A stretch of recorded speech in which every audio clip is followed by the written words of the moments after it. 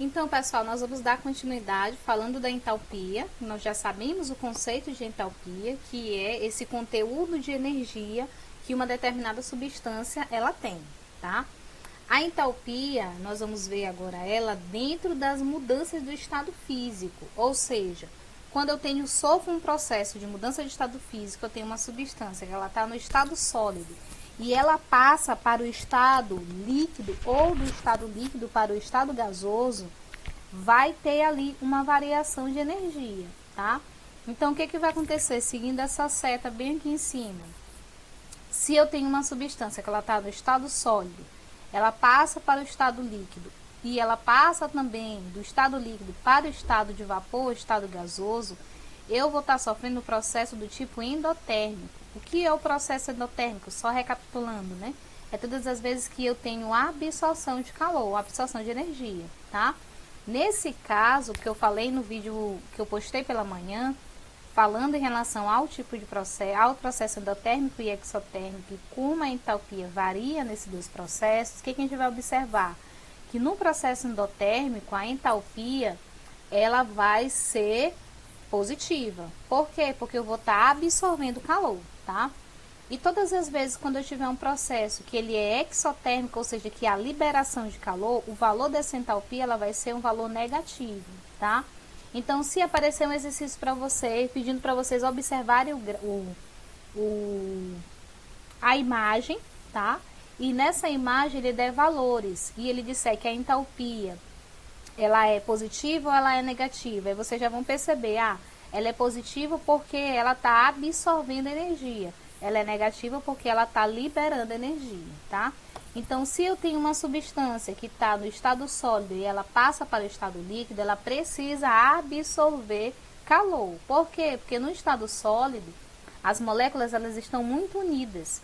Então, para que essas ligações elas possam criar um pouquinho mais de espaço, assim, ó, haver uma liberação, eu preciso colocar energia, tá? Então, eu vou passar do estado sólido para o estado líquido.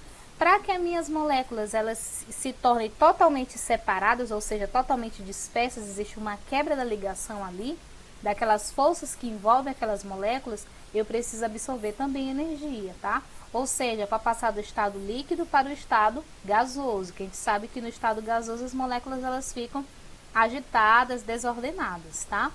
E para que o processo ele aconteça de maneira contrária, eu preciso liberar calor, liberar energia, tá certo?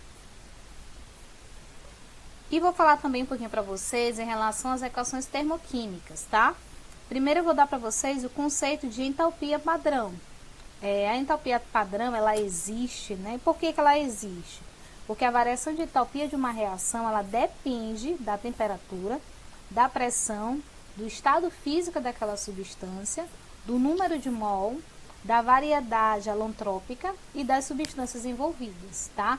Então, a entalpia, ela vai levar em consideração tudo isso, tá certo? Já sabendo que a gente não tem um conceito bem formulado, por isso que a gente só diz que a entalpia, ela é o conteúdo de energia, tá? Por esse motivo, foi criado o referencial para fazermos comparações, ou seja, a entalpia padrão. Ou seja, eu coloco um padrão ali e a partir desse padrão eu vou comparar, ter ele como um ponto de partida para poder fazer análise das outras substâncias, tá? Dessa maneira, as entalpias elas serão avaliadas sempre em relação à mesma condição padrão ou estado padrão, tá? Entalpia padrão, de maneira geral, né? O estado padrão de uma substância, ele corresponde à sua forma pura, a 1 bar e 298,15 Kelvin. A entalpia padrão de uma substância é indicada por hidrogênio, tá? O hidrogênio zero lá em cima, ou seja, hidrogênio neutro.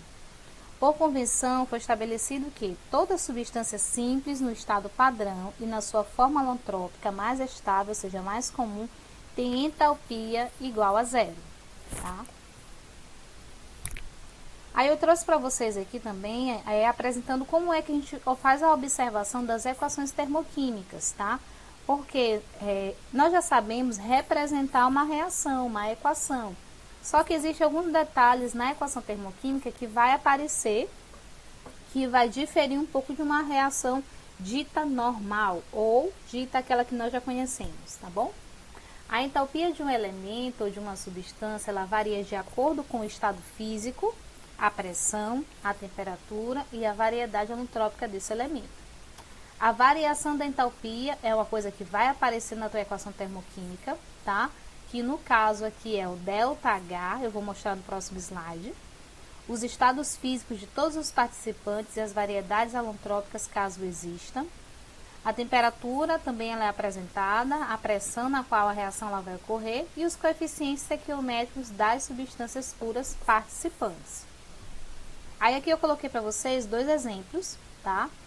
Nesses dois exemplos, eu tenho aqui o exemplo 1 e o exemplo 2, e nesses dois exemplos a gente consegue perceber tudo aquilo que eu falei no slide anterior, tá? Eu tenho aqui a minha substância, que no caso aqui é o carbono do tipo grafite, tá? Tenho o meu oxigênio, O2 em gás, né? E CO2. Esses dois aqui antes da seta são os meus reagentes, depois da seta, meu produto, tá? O que que eu tenho mais aqui apresentando para mim nessa reação? Esses aqui, a quantidade em mol, que é o que a gente chama de coeficiente estequiométrico, ou seja, a quantidade que aquela molécula vai apresentar. Aqui embaixo eu vou apresentar também o estado físico, bem aqui, né? Nesse caso aqui, o estado gasoso. E a variação da entalpia, nesse caso aqui ela é negativa, então ela é um processo exotérmico, ou seja, a liberação de energia. Aqui eu tenho aqui a temperatura ela tá, que é 25 graus Celsius, e aqui a pressão, que é um bar, tá? Bar ele é um tipo de unidade de medida de pressão. Exemplo 2, que eu coloquei aqui para vocês. Nesse caso aqui eu tenho um NH3, tá? Que ele também está no estado gasoso. Esse 1zinho aqui quer dizer que eu tenho 1 mol ou uma molécula, tá? De NH3. Aí aqui N2 mais H2, sendo que o coeficiente estequiométrico de N2 é 1,5 e de H2 é 3,5, tá? O que é que vai acontecer aqui? Ele apresentou para vocês também o estado físico, todos estão no estado gasoso. Apresentou o ΔH, que ele está absorvendo calor. Apresentou também a temperatura e a pressão, tá? Eu estou apresentando isso aqui para vocês porque nós vamos ver essas equações. E esses dados são importantes vocês saberem e conhecerem, tá bom? Essa parte aqui eu vou falar até finalizar com falando sobre o calor e entalpia das reações químicas, mas no próximo slide, no próximo aula, eu vou estar aprofundando um pouco mais e fazendo um cálculo em relação a esse calor das reações químicas, tá?